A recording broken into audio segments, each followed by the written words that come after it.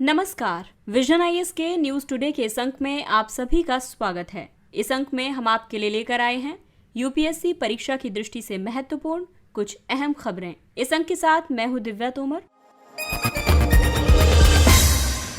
आइए सबसे पहले बात करते हैं इस अंक की खास खबरों के बारे में। सांख्यिकी और कार्यक्रम कार्यान्वयन मंत्रालय ने भारत में युवा 2022 रिपोर्ट जारी की। एपीडा ने पूर्वोत्तर क्षेत्र को कृषि निर्यात केंद्र के रूप में बढ़ावा देने के लिए रणनीति तैयार की। विश्व को नए सूक्ष्म जीवरोधी या रोगाणुरोधी प्रतिरोध टीकों की जरूरत है। यूरिया के उद्योगों की ओर डायवर्जन पर रोक लगाने से 6000 करोड़ रुपए की सब्सिडी की बचत होने की संभावना है। केंद्र सरकार ने श्रम संहिता को लागू करने पर बल दिया और अधिकांश राज्यों ने प्रारूप नियम बनाए। इसके अलावा मध्यस्थता विधेयक कानून से संबंधित संसदीय स्थायी समिति ने अनिवार्य मध्यस्थता के संदर्भ में और न्यायपालिका की भूमिका पर सिफारिशें की हैं। और आइए अब खबरों पर विस्तार से चर्चा करते हैं। सबसे पहली खबर युवा आबादी से संबंधित है। सांख्यिकी और कार्यक्रम कार्यान्वयन मंत्रालय ने भारत में युवा 2022 रिपोर्ट जारी की। इस रिपोर्ट के मुताबिक देश में बुजुर्गों की संख्या युवाओं की संख्या से अधिक हो सकती है। इस रिपोर्ट में कहा गया है कि वर्ष 2021 में देश की कुल आबादी में 15 से 29 वर्ष के आयु वर्ग के युवाओं की हिस्सेदारी 27.2% थी। वर्ष 2036 में इसके घटकर 22.7% होने की संभावना है। बहुत अधिक आबादी वाले राज्यों जैसे कि उत्तर प्रदेश और बिहार में युवाओं की आबादी में अब से गिरावट आने की संभावना है। इन राज्यों में वर्ष 2021 तक कुल जनसंख्या में युवा आबादी के अनुपात में वृद्धि हुई थी। केरल, तमिलनाडु और हिमाचल प्रदेश जैसे राज्यों में वर्ष 2036 तक युवाओं की तुलना में बुजुर्ग आबादी होने का अनुमान है और इन सभी का कारण है जन्म के समय उच्च जीवन प्रत्याशा और प्रजनन क्षमता में निरंतर गिरावट, जिससे कामकाजी आयु की आबादी में वृद्धि हुई है। इसके अलावा आंतरिक प्रवास यानी देश के भीतर ही लोगों के एक जगह से दूसरी जगह प्रवास करने की वजह से व्यापक अप्रवासन आबादी के बुजुर्ग होने की प्रक्रिया को धीमा कर सकती है। भले ही ये अस्थायी रूप से ही हो, ऐसा इसलिए होता है क्योंकि प्रवास करने वाले लोग कामकाजी युवा आयु के होते हैं और बुजुर्ग होती इस आबादी के परिणाम ये हो सकते हैं कि सकल घरेलू उत्पाद की वृद्धि दर धीमी हो जाती है, आबादी के लिए सहायता की लागत में वृद्धि हो जाती है, सरकारी बजट पर बोझ बढ़ जाता है। आमतौर पर लोग अनौपचारिक रोजगार में होते हैं।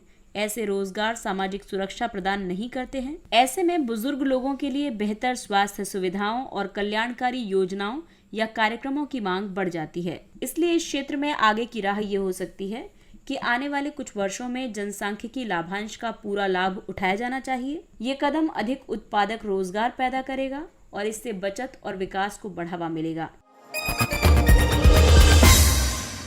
एपीडा ने पूर्वोत्तर क्षेत्र को कृषि निर्यात केंद्र के रूप में बढ़ावा देने के लिए रणनीति तैयार की है। पूर्वोत्तर क्षेत्र में 8 राज्य शामिल हैं: असम, अरुणाचल प्रदेश, मणिपुर, मेघालय, मिजोरम, नागालैंड, त्रिपुरा और सिक्किम। देश के अन्य क्षेत्रों की तुलना में ये राज्य कई कारणों से लाभ की स्थिति में हैं। इस क्षेत्र की मिट्टी उपजाऊ है, यहाँ की जलवायु स्थितियां अनुकूल हैं। ये क्षेत्र वन संपदा और जैव विविधता के मामले में काफी समृद्ध है। इस क्षेत्र में शिक्षित कार्यबल है और दक्षिण पूर्व एशियाई देशों और चीन के संदर्भ में इस क्षेत्र की भौगोलिक रूप से रणनीतिक अवस्थिति है। पूर्वोत्तर क्षेत्र ने पिछले 6 वर्षों में कृषि उत्पादों के निर्यात में 85.34% की वृद्धि दर्ज की है। वित्त वर्ष 2021-22 में इस क्षेत्र से कृषि उत्पादों के निर्यात का मूल्य 17.2 मिलियन अमेरिकी डॉलर तक पहुंच गया था। इस क्षेत्र से बांग्लादेश, भूटान, मध्य पूर्व, यूनाइटेड किंगडम और यूरोप को अधिक निर्यात किया जाता है। हालांकि इस क्षेत्र के कुल कृषि उत्पादन का केवल 1% ही निर्यात किया जाता है और इस कम निर्यात के पीछे कारण है कृषि उत्पादों के अधिक समय तक भंडारण के लिए आवश्यक अवसंरचना की कमी। इसके अलावा प्रसंस्करण उद्योग उपलब्ध नहीं है। उत्पादन और उसके एकत्रीकरण से संबंधित मुद्दे शामिल हैं। कृषि और प्रसंस्कृत खाद्य उत्पाद निर्यात विकास प्राधिकरण यानी एपीडा द्वारा की गई इस संदर्भ में कुछ पहले हैं। इसके तहत आयातकों को खेतों का दौरा करने की सुविधा दी जा रही है। इस पहल से आयातक किसानों द्वारा अपनाई जा रही गुणवत्ता वाली खेती के तरीकों के बारे में सीधी जानकारी प्राप्त कर सकते हैं। पूर्वोत्तर क्षेत्र के विभिन्न भागों में निर्यात के लिए जागरूकता बढ़ाने पर क्षमता निर्माण कार्यक्रम चलाया जा रहा है। प्राकृतिक, जैविक और भौगोलिक संकेतक प्राप्त कृषि उत्पादों की निर्यात क्षमता पर सम्मेलन आयोजित किए जा रहे हैं। आपको बता दें कि एपीडा एक सांविधिक निकाय है। ये नई दिल्ली में स्थित है। इसकी स्थापना कृषि और प्रसंस्कृत खाद्य उत्पाद निर्यात विकास प्राधिकरण अधिनियम 1985 के तहत की गई थी। एपीडा यानी agricultural and processed food products export development authority. विश्व को नए सूक्ष्म जीव विरोधी या रोगाणुरोधी प्रतिरोध टीकों की आवश्यकता है। वर्तमान में सूक्ष्म जीव विरोधी या रोगाणुरोधी प्रतिरोध यानी एएमआर उत्पन्न करने वाले जीवाणुविक रोगजनकों के संक्रमण को रोकने के लिए कुछ नए टीके विकसित किए जा रहे हैं। विश्व स्वास्थ्य संगठन ने इन टीकों के निर्माण की स्थिति पर पहली रिपोर्ट जारी की है। इस रिपोर्ट का शीर्षक है प्री क्लिनिकल और क्लिनिकल विकास में जीवाणुविक टीकों का एक विश्लेषण 2021। एएमआर तब होता है जब जीवाणु, विषाणु, कवक और परजीवी समय के साथ स्वयं में बदलाव कर लेते हैं और इन पर दवाओं का कोई असर नहीं होता है। इस स्थिति में संक्रमण का उपचार करना कठिन हो जाता है, बीमारी फैलने लगती है और गंभीर रूप ले लेती है। इससे मृत्यु का खतरा बढ़ जाता है। इस रिपोर्ट में 61 ऐसे टीकों का विकास किया गया है जो क्लिनिकल विकास के अलग अलग चरणों में हैं। इस रिपोर्ट के निष्कर्षों में कहा गया है कि टीके 4 प्राथमिकता वाले जीवाणुविक रोगजनकों के खिलाफ उपलब्ध हैं। सबसे पहला है न्यूमोकोकल रोग यानी स्ट्रेप्टोकोकस निमोनिया, हिब यानी हीमोफिलस इन्फ्लुएंजा टाइप बी, तपेदिक जो कि माइकोबैक्टीरियम ट्यूबरक्लोसिस की वजह से होता है, और टाइफाइड बुखार जो कि साल्मोनेला टाइफी वायरस की वजह से होता है। वर्तमान में तपेदिक यानी टीबी के खिलाफ उपलब्ध बैसिलस कैलमेट गुएरिन टीके टीबी से पर्याप्त रूप से रक्षा नहीं करते हैं। शेष 3 टीके प्रभावी हैं। रिपोर्ट में मौजूदा टीकों को समान रूप से और सभी जगह पहुंचाने की अपील की गई है। साथ ही इसमें एएमआर से संबंधित टीकों के परीक्षणों में तेजी लाने की बात भी कही गई है। टीकों को विशेष रूप से उस आबादी तक पहुंचाने का विशेष उल्लेख किया गया है जिनके पास सीमित संसाधन है, लेकिन उन्हें इनकी सबसे अधिक जरूरत है। हालांकि एएमआर जीवाणुविक संक्रमण से कहीं अधिक गंभीर खतरा है। ऐसे में इसके नियंत्रण के लिए टीके का विकास बहुत आवश्यक है। एएमआर को नियंत्रित करने के लिए भारत द्वारा कई कदम उठाए गए हैं। एंटीबायोटिक प्रबंधन को बढ़ावा देने के लिए चेन्नई घोषणा पत्र 2012 जारी किया गया है। भारत में रेड लाइन अभियान शुरू किया गया है। इस अभियान की मांग है कि केवल प्रिस्क्रिप्शन आधारित एंटीबायोटिक दवाओं को रेड लाइन से मार्क किया जाना चाहिए। इसका लक्ष्य एंटीबायोटिक दवाओं की ओवर द काउंटर बिक्री को हतोत्साहित करना है। एएमआर पर राष्ट्रीय कार्य योजना 2017 से 21 तैयार की गई है। और अगली खबर उर्वरक सब्सिडी से जुड़ी हुई है। यूरिया के उद्योगों की ओर डायवर्जन पर रोक लगाने से 6000 करोड़ रुपए की सब्सिडी की बचत होने की संभावना है। उर्वरक विभाग ने फर्टिलाइजर्स फ्लाइंग स्क्वाड नामक एक विशेष अधिकारी की नियुक्ति की है। ये अधिकारी उर्वरकों के डायवर्जन, कालाबाजारी और किसानों को घटिया उर्वरकों की आपूर्ति की जांच और निरीक्षण करेगा। एक अनुमान के मुताबिक लगभग 10 लाख टन कृषि ग्रेड यूरिया प्रत्येक वर्ष औद्योगिक उपयोग के लिए डाइवर्ट कर दिया जाता है। कृषि ग्रेड यूरिया में नीम कोटिंग होती है। ऐसा लीकेज को रोकने के लिए किया जाता है। हालांकि कुछ रासायनिक प्रक्रियाओं द्वारा नीम कोटिंग को हटा दिया जाता है और इसके बाद यूरिया का उपयोग औद्योगिक उद्देश्यों के लिए कर लिया जाता है। और इस डायवर्जन का कारण है कृषि और गैर कृषि उद्देश्यों वाले उर्वरकों के बीच कीमत में भारी अंतर। इस कारण इसे प्लाईवुड, राल, सिरेमिक, मोल्डिंग पाउडर, पशु चारा, डेयरी और औद्योगिक खनन विस्फोटकों में उपयोग के लिए डाइवर्ट कर दिया जाता है। इसके अलावा मांग और आपूर्ति में अंतर भी है। उद्योगों को 1 मिलियन टन से अधिक की जरूरत होती है, लेकिन वे केवल 2 लाख टन का ही आयात करते हैं। इसके अलावा नेपाल और बांग्लादेश जैसे पड़ोसी देशों को गैर कानूनी तरीके से बड़ी मात्रा में यूरिया का निर्यात किया जाता है। और आइए अब बात करते हैं यूरिया और उस पर सब्सिडी की। यूरिया एक सफेद क्रिस्टल जैसा ठोस नाइट्रोजन युक्त उर्वरक है। ये एकमात्र उर्वरक है जिसकी कीमत और आपूर्ति को सरकार कानूनी रूप से नियंत्रित करती है। आपको बता दें कि केंद्र सरकार प्रति बोरी 2700 रुपए से अधिक की सब्सिडी का बोझ उठाती है। केंद्र सरकार ने श्रम संहिता को लागू करने पर बल दिया और अधिकांश राज्यों ने प्रारूप नियम बनाए। देश में श्रम कानूनों को कारगर बनाने के लिए केंद्र ने 4 श्रम संहिताओं को अधिसूचित किया है। इन श्रम संहिताओं ने पहले से मौजूद 29 श्रम कानूनों का स्थान लिया है। श्रम समवर्ती सूची का विषय है। इसलिए केंद्र और राज्य दोनों को इन 4 संहिताओं के तहत नियमों को अधिसूचित करना जरूरी है ताकि इन संहिताओं को लागू किया जा सके। केंद्र सरकार ने सभी 4 संहिताओं के लिए नियमों का प्रारूप पहले ही प्रकाशित कर दिया था, लेकिन कुछ राज्य सरकारों ने अभी तक प्रक्रिया पूरी नहीं की है। और आइए अब आपको बताते हैं कि इन श्रम संहिताओं से जुड़ी चिंताएं कौन कौन सी हैं। इस संहिता ने श्रमिक संघों द्वारा हड़ताल करना कठिन बना दिया है। अब उन्हें हड़ताल पर जाने के लिए नियोक्ता को कम से कम 14 दिन पहले नोटिस देना होगा। कर्मचारियों को कम इन हैंड वेतन मिलेगा, यानी कि पीएफ आदि की कटौती के बाद मिला वेतन कम मिलेगा। कंपनियों को भविष्य निधि यानी पीएफ का अधिक दायित्व उठाना होगा। ये 4 श्रम संहिताएं हैं। वेतन संहिता 2019, इसका उद्देश्य सभी तरह के नियोजनों में वेतन और बोनस भुगतान को विनियमित करना है और साथ ही समान प्रकृति के कार्य करने वाले कर्मचारियों को समान वेतन प्रदान करना है। दूसरी संहिता है सामाजिक सुरक्षा संहिता 2020। ये संहिता सामाजिक सुरक्षा और मातृत्व लाभ से संबंधित 9 कानूनों को मिलाकर बनाई गई है। तीसरी संहिता है औद्योगिक संबंध संहिता 2020। ये संहिता उद्योगों द्वारा अलग अलग श्रम कानूनों का पालन करने के बोझ को कम करेगी, साथ ही कारोबारी परिवेश में सुधार भी करेगी। और चौथी संहिता है उपजीविका जन्य सुरक्षा, स्वास्थ्य और कार्यदशा संहिता 2020। ये 10 या अधिक श्रमिकों को रोजगार देने वाले प्रतिष्ठानों में तथा सभी खानों और डॉक में नियोजित श्रमिकों के स्वास्थ्य और सुरक्षा की स्थिति की देखरेख करती है।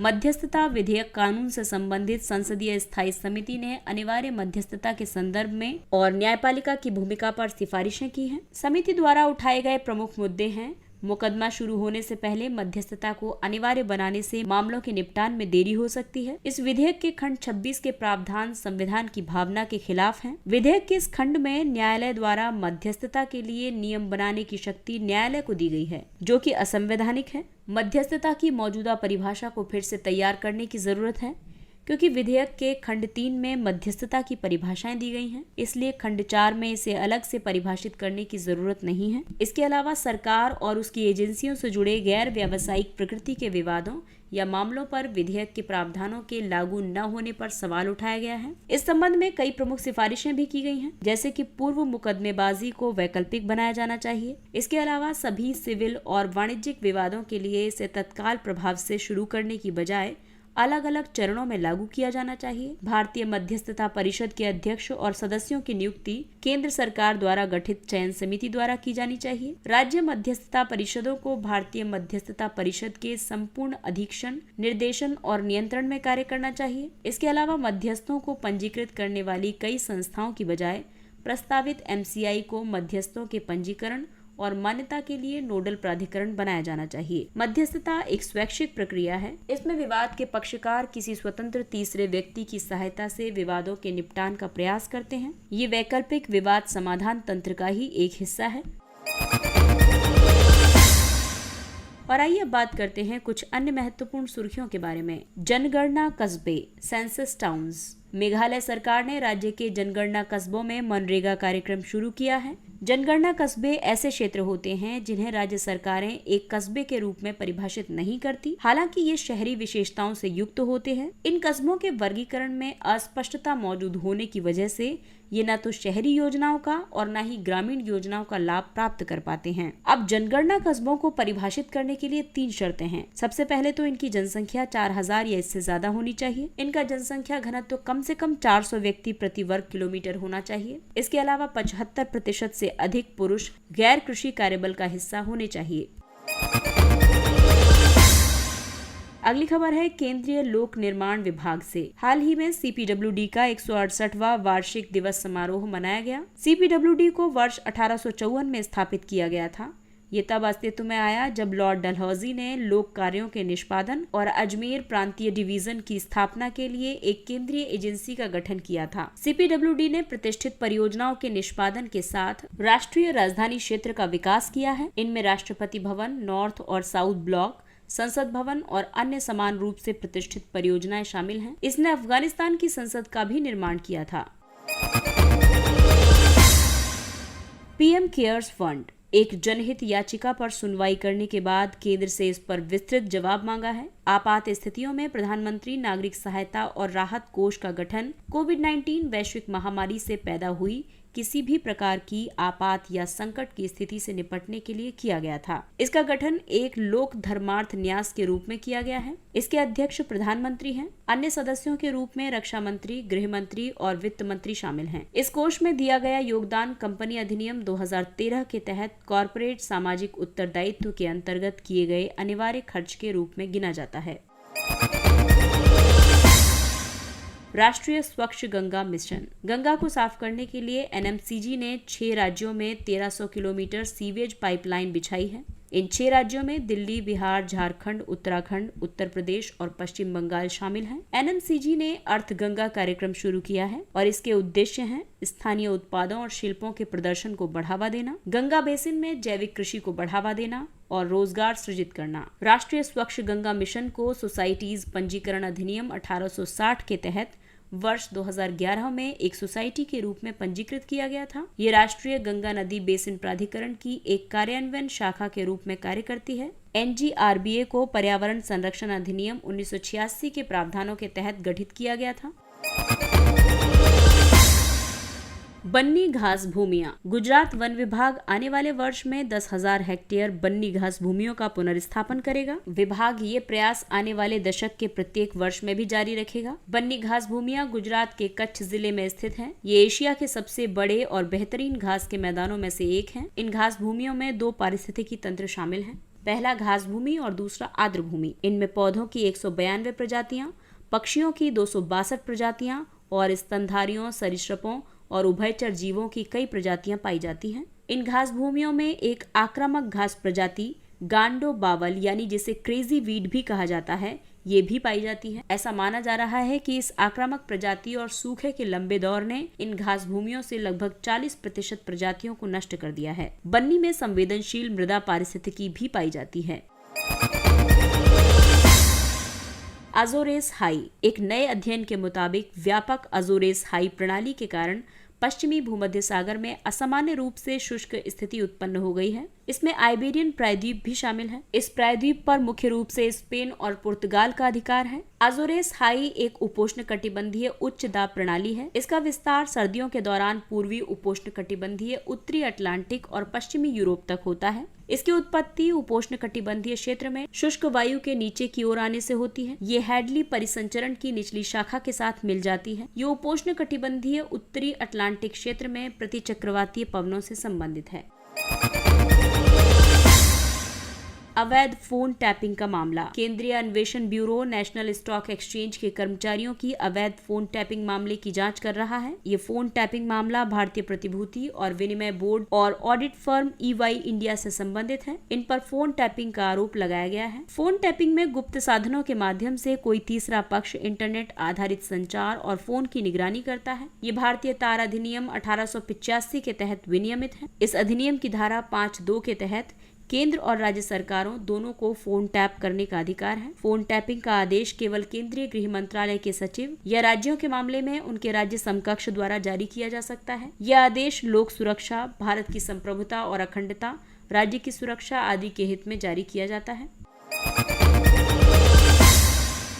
और आइए अब आपको बताते हैं सुर्खियों में रहे वायरस के बारे में। Human papilloma virus.